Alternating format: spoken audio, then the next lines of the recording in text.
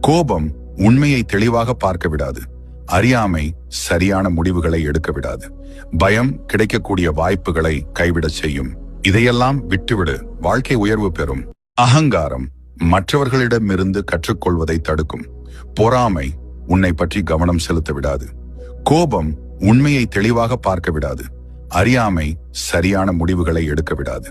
பயம் கிடைக்கக்கூடிய வாய்ப்புகளை கைவிடச் செய்யும்.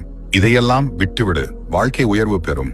அகங்காரம் மற்றவர்களிடமிருந்து கற்றுக்கொள்வதை தடுக்கும். சிரத்தை இல்லாமல் தானம் செய்வது வீணான செலவாகும்.